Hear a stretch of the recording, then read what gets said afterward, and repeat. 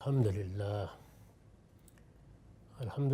رب العالمین والصلاة والسلام علی محمد الامین اعوذ باللہ من الشیطان الرجیم بسم اللہ الرحمن الرحیم۔ خواتین و حضرات، ہم سورہ ہود کی آیت 13 سے درس کی ابتدا کر رہے ہیں۔ نبی صلی اللہ علیہ وسلم کی طرف رخ پھیر کر بعض باتیں جن میں روح سخن مخاطبینی کی طرف ہے اس سے پیچھے کہی گئیں۔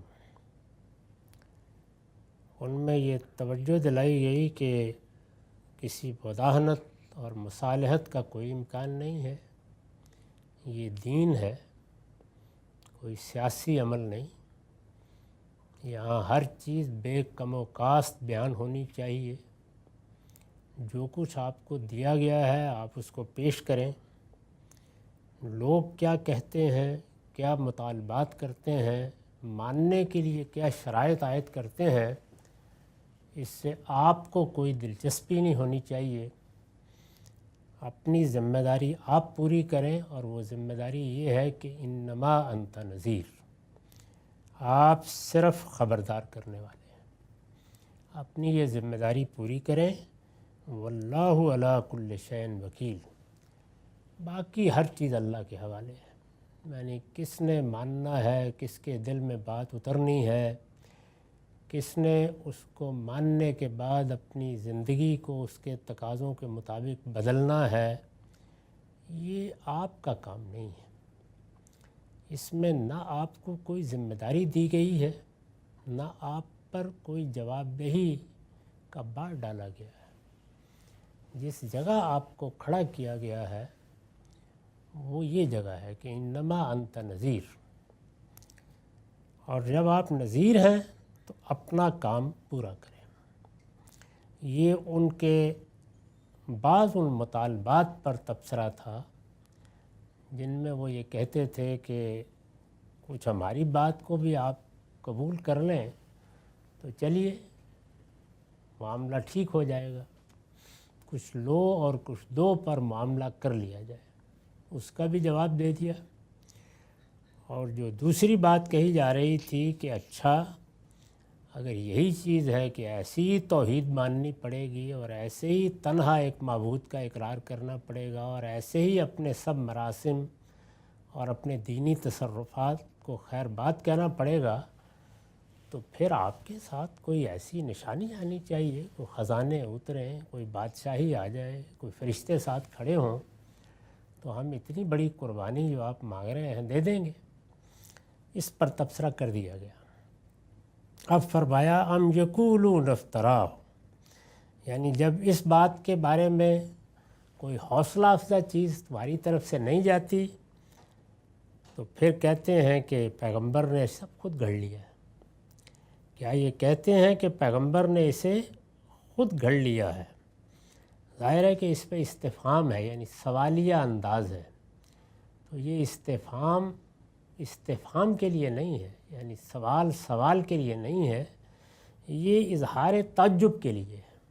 جیسے ہم بھی اپنی اردو زبان میں استفہام استعمال کرتے ہیں کہ اچھا کیا یہ بات کہی جا رہی ہے، تو اس میں پوچھنا مقصود نہیں ہوتا، بلکہ بات ایسی احمقانہ ہوتی ہے کہ اس پر تعجب کے اظہار کے لیے یہ اسلوب اختیار کیا جاتا ہے۔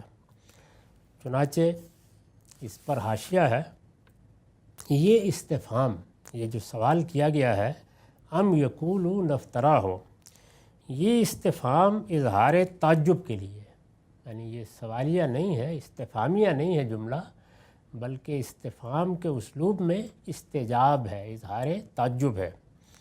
استاذ امام لکھتے ہیں اوپر کے اعتراضات جو اس سے پیچھے زیر بحث آ چکے ہیں، اوپر کے اعتراضات تو سادہ اسلوب میں نقل کر دیے، یعنی یہ اعتراض کہ کوئی مصالحت ہو جائے، یہ کہ کوئی خزانہ اترے، یہ کہ کوئی فرشتہ ساتھ آئے، سادہ اسلوب میں نقل کر دیے ہیں۔ لیکن قرآن کو پیغمبر کی گڑھی ہوئی کتاب قرار دینا ایک نہایت عجیب بات تھی۔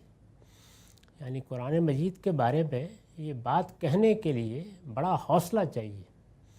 وہ اپنے ہاں کے ادب سے، شاعری سے، اپنے لوگوں سے، اپنے ہاں کے نوابغ سے، عبقری شخصیات سے سب واقف تھے. اور کون سا انسان ہے جو واقف نہیں ہوتا؟ تو انسانی ذہن، انسانی فکر، انسانی عمل کی آخری حد کیا ہے؟ میں کئی مرتبہ عرض کر چکا ہوں کہ انسانی شخصیت علم اور عمل دونوں میں ایک تدریج کے ساتھ ظہور پذیر ہوتی ہے. اور یہ تدریج محض تدریج نہیں ہوتی، بلکہ اس تدریج میں ایک صحیح و خطا کا، ٹرائل اور ایرر کا عمل ہوتا ہے. اس سے کوئی شخص اس دنیا میں مستثنیٰ نہیں، بڑے سے بڑا فلسفی، بڑے سے بڑا حکیم. بلکہ اب تو چونکہ ہم دنیا کی تاریخ سے زیادہ تفصیل سے آگاہ ہوتے ہیں، پچھلے 400-500 سال میں تاریخ اور جو کچھ احوال جاری ہیں ان پر ہماری نظر زیادہ تفصیلی ہوتی ہے، تو اندازہ ہوتا ہے کہ قومیں بھی اس سے گزرتی ہیں. یعنی انسان کا اجتماعی عمل بھی نہ صرف یہ کہ وہ تدریج سے بالا تر نہیں ہوتا، یعنی ایک گریجول ڈیولپمنٹ ہوتی ہے، بلکہ صحیح و خطا یعنی یہ ٹرائل اور ایرر سے بھی بالا تر نہیں ہوتا، ہو ہی نہیں سکتا. یہ انسان کے ساتھ معاملہ ہے. تو وہ دیکھ رہے تھے کہ اس طرح کا کوئی معاملہ تو یہاں ہوا ہی نہیں. یعنی نہ محمد الرسول اللہ کبھی مشق سخن کرنے بیٹھے، نہ کوئی ان کو ہم نے ایسا کلام پیش کرتے ہوئے دیکھا، نہ انہوں نے کبھی ہمارے انفرادی اور اجتماعی معاملات میں دلچسپی لی کہ قیادت سے متعلق جو کچھ اب ہم دیکھ رہے ہیں وہ ظہور پذیر ہوتا نظر آ رہا ہو. ایک باوقار خاموش طبیعت، نخل فطرت کا بہترین ثمر، لیکن ان میں تو کوئی چیز تھی نہیں سرے سے، نہ کوئی مراقبہ، نہ غیب کی طلب، کچھ بھی نہیں تھا. تو اچانک یہ کلام آیا. پھر آیا ہے تو آنے کے بعد سے اب تک ظاہر ہے کہ یہ سورہ جب نازل ہو رہی ہے تو بہت سا قرآن نازل ہو چکا ہے. اس میں بھی کوئی نہ تدریج، نہ ارتقاء، نہ گریجول ڈیولپمنٹ، کوئی چیز بھی نہیں. ایک ہی سطح ہے جس پر بات ہو رہی ہے، حقائق بھی ایک ہی طریقے سے سامنے آ رہے ہیں. تو یہ سب وہ جانتے تھے، بڑی اچھی طرح جانتے تھے، اور انسان سمجھ لیتا ہے کہ یہ کیا چیز ہے، لیکن اس کے باوجود یہ کہتے تھے. تو یہ بڑی عجیب بات تھی، بالخصوص ان لوگوں کی زبان سے جو کلام کے حسن و قبح کے نقاد اور اس کے ایجاز و اعجاز کے قدردان بھی تھے، اور موازنے اور مقابلے کے لیے ان کے پاس اپنے چوٹی کے شاعروں اور خطیبوں کے کلام کا ایک دفتر بھی موجود تھا. یعنی ایسا تو نہیں ہے کہ وہ کوئی بانجھ سرزمین تھی جہاں انسان کے اندر کی عبقریت کبھی نمودار نہ ہوئی ہو، بڑے درجے کے نابغہ لوگ پیدا نہ ہوئے ہوں، جہاں کلام یا فکر کبھی وجود میں نہ آیا ہو. سب ان کے سامنے تھا. جیسے ہم اس زمانے میں بھی اپنے قریب کے عہد میں، یعنی پچھلی صدی میں، ہر سطح کے لوگوں کی مثالیں دے سکتے ہیں کہ دیکھیے یہ ابوالکلام ہے، یہ غالب ہے، یہ اقبال ہیں، یہ شبلی ہیں، یہ فرائی ہیں. یہ پہلے ایسے سوچتے تھے، اس کے بعد ان کے فکر میں یہ تبدیلیاں آنا شروع ہو گئیں، پھر صحیح و خطا کے مختلف مراحل سے گزر کر یہ ان نتائج تک پہنچ رہے ہیں. یہ ان کا ابتدائی کلام ہے، پہلے اس طرح ظہور ہوا، پھر اس کے بعد اس میں یہ پختگی آئی، پھر ان مراحل سے گزرنے کے بعد اب یہ دیوان غالب ہے، اب یہ بال جبریل ہے، اب یہ شبلی کی سیرت النبی ہے. تو اس طریقے سے ہر شخص قریب میں بھی یہ سب مثالیں موجود ہوتی ہیں. تو قرآن مجید نے اس طرف توجہ دلائی، بالخصوص ان لوگوں کی زبان سے جو کلام کے حسن و قبح کے نقاد اور اس کے ایجاز و اعجاز کے قدردان بھی تھے. یعنی کلام میں کیا حسن ہوتا ہے، کیا چیزیں اس میں عیوب شمار ہوتی ہیں، اس کے نقاد تھے. اور یہ جو لوگ ان کے ادب سے واقف ہیں وہ جانتے ہیں کہ ان کی مجالس میں جب کبھی کوئی نابغہ عصر اپنے کمال کو ظاہر کرتا تھا تو وہ خطبات کی صورت میں کرے یا شاعری کی صورت میں، اس میں بڑی اعلیٰ تنقید ہوتی تھی. آگے سے لوگ نقاد تھے، سمجھتے تھے ان سب چیزوں کو، اور یہ بھی جانتے تھے کہ کلام میں جو کمال پیدا ہوتا ہے وہ ایجاز اور اعجاز سے ہوتا ہے. یعنی ان کا ذوق یہی تھا، اطناب نہ ہو، یعنی بات بہت پھیلا کے کہہ دینا، ایک بات جو 2 جملوں میں بیان کی جا سکتی ہے اس میں ایسی دراز نفسی کے 10 نشستیں گزر گئی ہیں، اس کو بالکل ناپسند کرتے تھے۔ ہمارے زمانے میں لوگ بات ہی نہیں سمجھتے جب تک کہ آپ ہندی کی چندی نہ کر دیں، لیکن عربوں کا ذوق یہ نہیں تھا، تو ایک طرح کا ایجاز چاہتے تھے کلام میں، اور اس ایجاز میں یعنی ایجاز کا مطلب یہ ہوتا ہے کہ چیز کو آپ نے کس طرح دریا بکوزہ کر دیا ہے، یعنی ایک سمندر کو کیسے آپ نے چند جملوں میں بند کر دیا ہے، اور دوسرے یہ کہ یہ عمل جس حسن کے ساتھ کیا ہے، جس خوبی کے ساتھ کیا، اور خود کانٹینٹ کو جیسے ابھارا ہے اور جس جگہ سے لیا ہے، بس انسان اس کو دیکھے اور یہ کہے کہ یہ سب شاید میں بھی کر لوں لیکن نہ کر سکے، تو یہ اعجاز ہے، وہ ایجاز ہے، یہ اعجاز ہے۔ اس کے ایجاز و اعجاز کے قدردان بھی، یعنی ایسا نہیں تھا، اور موازنے اور مقابلے کے لیے ان کے پاس اپنے چوٹی کے شاعروں اور خطیبوں کے کلام کا ایک دفتر بھی موجود تھا، بانجھ نہیں تھی قوم۔ اس وجہ سے اس کا ذکر تعجب کے اسلوب میں فرمایا۔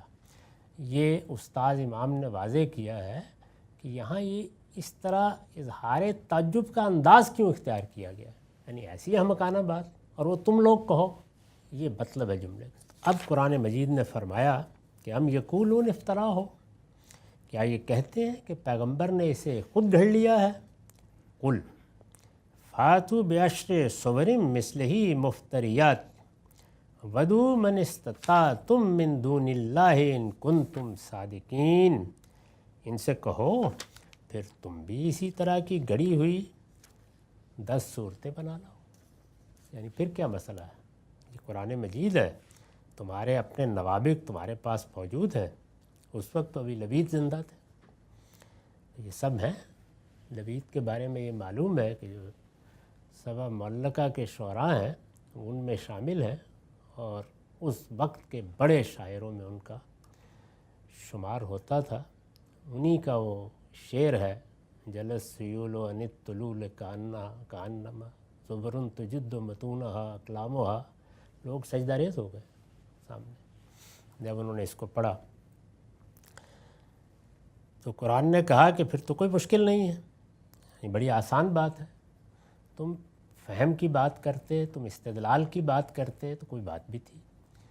یہ اتنی نامعقول بات ہے کہ یہ پیغمبر اس کو خود گھڑ لائے ہیں، کہ پھر اگر یہ کر سکتے ہیں، تمہارے اندر بیٹھے بیٹھے انہوں نے یہ کر ڈالا ہے، نہ پیچھے کوئی مشق، نہ کوئی تربیت، نہ کوئی ظہور، تو تمہارے ہاں جو لوگ بڑے بڑے شعراء و ادباء موجود ہیں وہ بھی کر ڈالیں یہ کام۔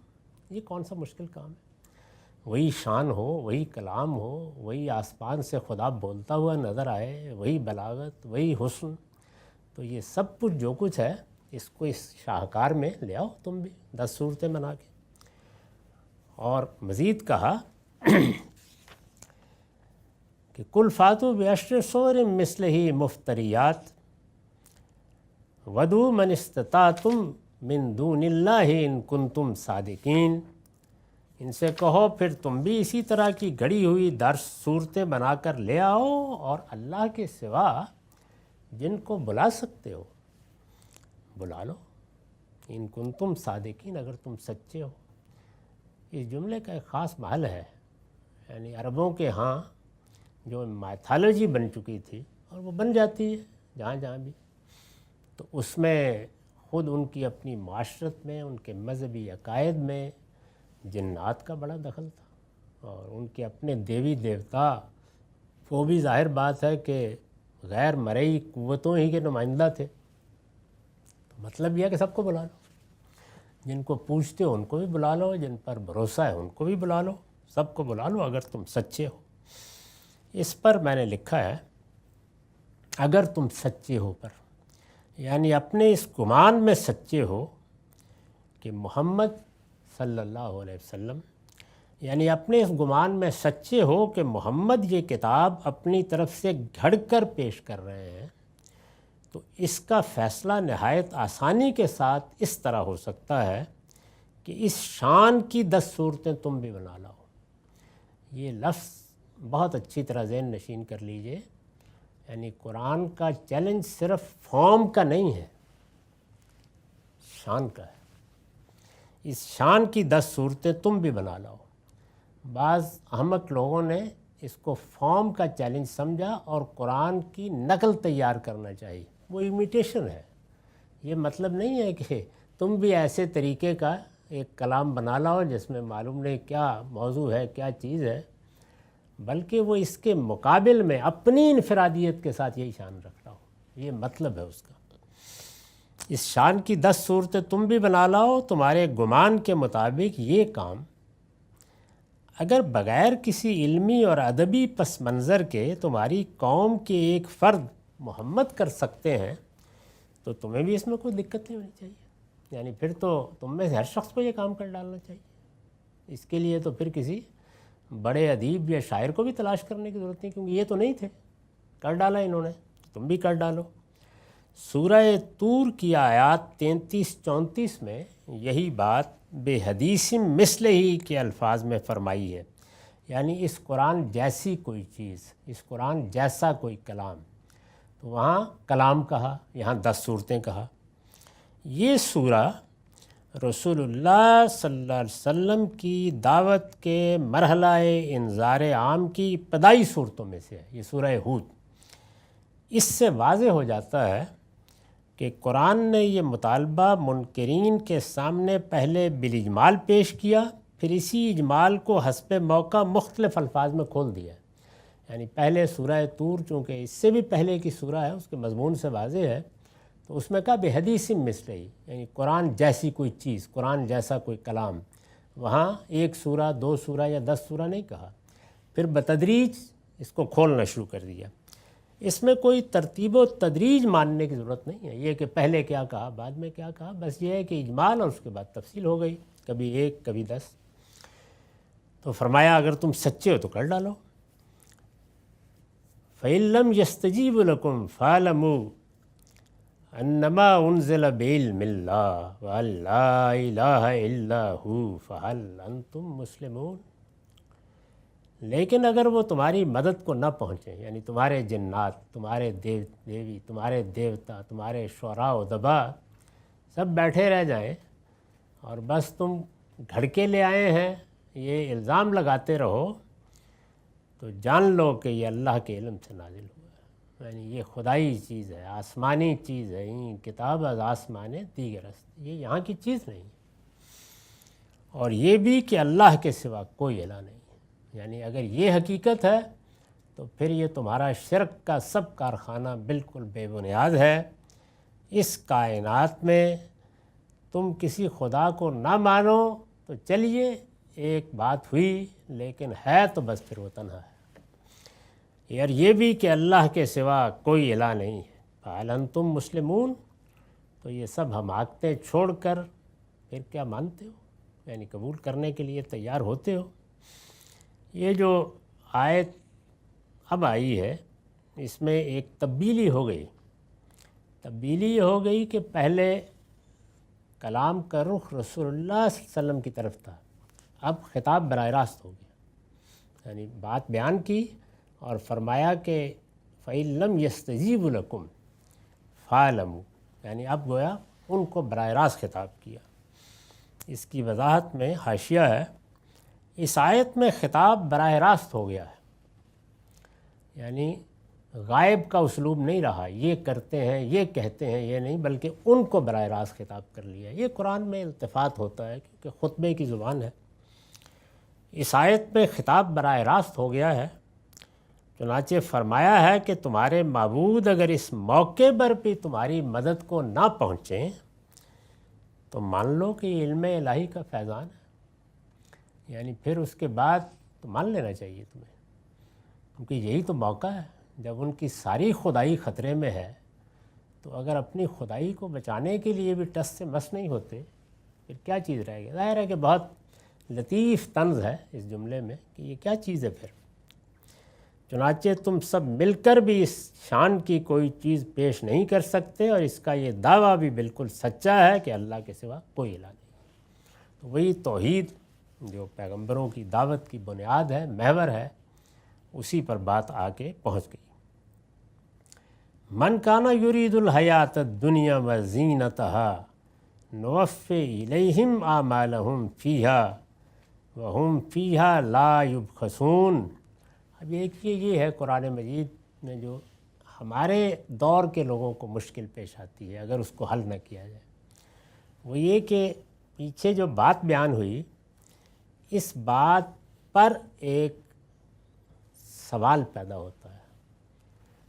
وہ سوال یہ ہے کہ یہ اتنی بدیہی بات ہے، نظر آ رہی ہے، قرآن مجید کا فرق کتنا واضح ہے، پیغمبر کی شخصیت اتنی غیر معمولی ہے، پس منظر آنکھوں کے سامنے ہے، چھوٹی سی بستی ہے، باہر سے کوئی اجنبی شخص نہیں آیا، وہ تمام لوازم موجود ہیں، وجہ کیا ہے؟ سبب کیا ہے؟ کیوں نہیں مان رہے؟ یعنی ایک معقول بات، سوال پیدا ہوتا ہے نا، یہ کہہ دیا کہ اگر اس شان کا کوئی کلام لے سکتے لے آؤ، پھر بھی یہ بات کہہ دیتے ہیں۔ تو اب یہ ضروری ہے نا کہ یہ بتایا جائے کہ اس کا باعث کیا ہے۔ تو یہ سوال پیدا ہوتا ہے اور اس کا باعث یہ ہے، یہ ساری بات قرآن نے مقدر کر دی، الفاظ میں بیان ہی نہیں کی اور جواب دینا شروع کر دیا۔ تو یہ ہے وہ مشکل جو ہمارے ہاں کے لوگوں کو پیدا ہو جاتی ہے، لیکن جب آدمی کوئی 20-50 سال صحیح ذوق کے ساتھ اس کتاب میں مراقبہ کر لیتا ہے تو وہ پھر اس کے لیے کوئی مشکل نہیں ہوتی۔ تو میں نے اس کو کھول دیا ہے، پوری بات کو کھول دیا ہے۔ پھر کیا تم مانتے ہو؟ یہاں پر ختم ہوئی تھی نا بات، حال انتم مسلمون۔ یہ اس لیے منکر ہو رہے ہیں کہ دنیا کی زندگی نے انہیں دھوکے میں ڈال دیا، یعنی وجہ یہی بنتی ہے۔ ابھی بھی دیکھیے یہی ہوتا ہے، یہ کامیابیاں، یہ کامرانیاں، یہ سائنس، یہ دنیا پر کمند ڈالنا، یہ گرفت، انسان کے مقابل میں کون سی چیز ہے؟ ہم سب کر لیں گے۔ تو انسان کو یہ دنیا کی زندگی چھوٹے پیمانے پر بھی یہی دھوکے میں ڈالتی ہے، یعنی ایک عام آدمی جو اس طرح کی بلند چیزوں میں اس طرح مشغول نہیں ہوتا، وہ بیچارہ اپنے روزمرہ کے معاملات میں اسی دنیا میں غلطان ہو جاتا ہے۔ یہ اس لیے منکر ہو رہے ہیں کہ دنیا کی زندگی نے انہیں دھوکے میں ڈال دیا ہے، انہیں بتا دو۔ اب اس کے بعد قرآن شروع ہوا، من کان یرید الحیات الدنیا و زینتہا، جو دنیا کی زندگی اور اس کی زینت چاہتے ہیں۔ اب اگر اس کو آپ نہ کھولیے تو ایک عام آدمی کہے گا کہ پہلے کیا بات تھی، بعد میں کیا بات ہے۔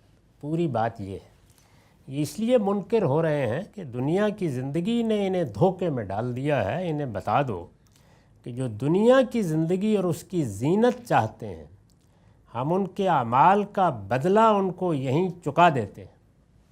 کیوں کامیابی ہوتی ہے؟ کیوں محنت برابر ہوتی ہے؟ کیوں معمل میں کھڑے ہوئے لوگ نئی دنیایں تخلیق کر لیتے ہیں؟ کیوں جتنا خدا سے بغاوت ہوتی چلی جاتی ہے اتنی کامیابیوں کی نسبت آخری درجے میں بڑھتی چلی جاتی ہے؟ کیوں ایسا ہوتا ہے؟ فرمایا اس لیے ہوتا ہے کہ جو دنیا کی زندگی کو اصل مان لیتے ہیں، میں عادل خدا ہوں، ان کی جد و جہد کا پورا بدلہ یہاں دینا ناگزیر ہو جاتا ہے۔ یعنی اب میں کیا کر سکتا ہوں؟ میں نے تو بہت سی چیزوں کے بدلے کو مؤخر کیا تھا آخرت پر تاکہ ابدی زندگی میں دوں۔ ایسے ہی ہے نا، جیسے لوگ کہتے ہیں کہ بھائی اس وقت خرچ نہ کرو، اس وقت کوئی بچا کے رکھ لو، بڑھاپے میں کام آئے گا۔ تو اللہ کے ہاں تو اصل زندگی وہ ہے۔ جیسے سیدنا مسیح نے ایک موقع پر بڑی بلیغ بات فرمائی تھی کہ اصل میں جو تم خرچ کر رہے ہوتے ہو وہی تو جمع ہو رہا ہوتا ہے۔ تو یہ جو ترتیب ہے فہم کی، یہ جب الٹ جاتی ہے اور آدمی اسی دنیائی کی زندگی کو اصل بنا لیتا ہے تو اللہ تعالیٰ کہتے ہیں کہ میں یہ تو نہیں کر سکتا نا کہ کسی کی محنت، کسی کی جد و جہد، کسی کا علم، کسی کی سعی و کاوش اس کو ضائع کر دوں، یہ تو نہیں ہو سکتا۔ مجھے تو ہر حال میں عدل کے ساتھ دینا ہے۔ تو اب میری مخلوقات اگر دو حصوں میں تقسیم ہو گئی ہیں کہ ایک وہ ہیں جو دنیا ہی میں چاہتے ہیں اور ایک وہ ہیں کہ جو مطمئن ہے کہ جو کچھ رہ جائے گا بلکہ ہم نے اصلاً لینا ہی وہاں ہے۔ آپ کے علم میں ہوگا بعض روایتوں میں بڑی دل نواز باتیں آتی ہیں کہ حضور کے پاس ایک آدمی کہتا ہے کہ میری آنکھ کے لیے دعا کر دیجیے۔ آپ فرماتے ہیں کیا چاہتے ہو، وہاں یا یہاں؟ تو یہ اصل میں یہی ہے سارا کا سارا مذہب، دین، جو کچھ بھی ہے۔ تو فرمایا ہم ان کے اعمال کا بدلہ ان کو یہیں چکا دیتے ہیں۔ یعنی اب پھر یہ ضروری ہے کہ قیامت میں ان کا کوئی ایک مطالبہ بھی باقی نہ رہے، کھڑے ہو کر نہ کہہ سکیں کہ فلاں چیز کا اجر ہم کو نہیں ملا۔ اور فرمایا کس درجے میں چکاتے ہیں؟ نوفی الیہم اعمالہم، یعنی وہ اعمال جو وہ کر رہے ہیں، خواہ وہ صلاحیتوں کے ظہور کے تھے، خواہ وہ دنیا میں جد و جہد کے تھے، خواہ وہ نیکیاں اور خیر کے کام تھے جو دنیا میں کر رہے تھے وہ، جیسے کہ ابو لہب پر تبصرہ کرتے ہوئے کہا ہے نا کہ اس نے جو نیکی بھی کمائی وہ نہیں کام آئے گی وہاں پہ، تو جو کچھ بھی کر رہے تھے اس کا بدلہ ہم یہیں چکاتے ہیں، سب کچھ یہاں دیتے ہیں اس کے صلے میں، اور اس میں ان کے ساتھ کوئی کمی نہیں کی جاتی، وَهُمْ فِيهَا لَا يُبْخَسُونَ۔ تو فرمایا کہ جو دنیا کی زندگی نے تمہیں دھوکے میں ڈال دیا ہے نا، اس لیے کہ وہ دنیا کی زندگی تمہارے لیے ایک نقد چیز ہے، سامنے ہوتی ہے، تو اس میں یہ کیوں ہو رہا ہے، اس میں وہ کیوں ہو رہا ہے، اس میں فلاں کا بدلہ کیوں نہیں مل رہا، اس میں فلاں پس کیوں رہا ہے، فلاں برتر کیوں ہو رہا ہے، یہ جو تمہاری کشمکش ہے اس کو یہاں سے سمجھ لو کہ جن لوگوں نے دنیا کی زندگی کو اپنی اصل بنا لیا ہے، پیچھے کہا تھا نا کہ پیغمبر کے ساتھ کوئی خزانے کیوں نہیں اتر رہے، فرشتے کیوں نہیں آ رہے، بڑے لوگ تو ہم ہیں، سورہ زخرف میں تو بات زبان پر آ گئی ہے کہ لولا نزل ھذا القرآن علی رجل من القریتین عظیم، یہ قرآن اترنا تھا تو ان پہ اترنا تھا، یہ اترنا تھا تو طائف اور مکے کسی بڑے آدمی پر اترا ہوتا۔ تو ظاہر ہے کہ جو کامیاب کامران لوگ کھڑے ہیں وہ اسی ذہنیت میں مبتلا ہیں، فرمایا وہ ہم یہیں چکا دیتے ہیں، اور جو لوگ پھر اس جگہ پر کھڑے ہیں یعنی اس جگہ پہ آ گئے کہ انہوں نے کہہ دیا کہ ہمیں آخرت نہیں چاہیے، وہاں کچھ نہیں ہے، ایسے فضول باتیں ہیں، ہماری یہ دنیا ہے، یہاں سب کچھ ملنا چاہیے، فرمایا ہم کوئی کمی نہیں کرتے، سب بدلہ چکا دیتے ہیں۔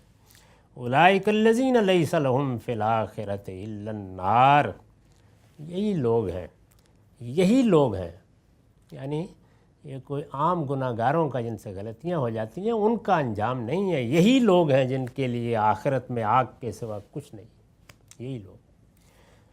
اولئک الذین لیس لہم فی الآخرۃ الا النار، اب اس سوال کا جواب دیا کہ نیکیاں، خیر، لوگوں کی خدمت کہاں گئی؟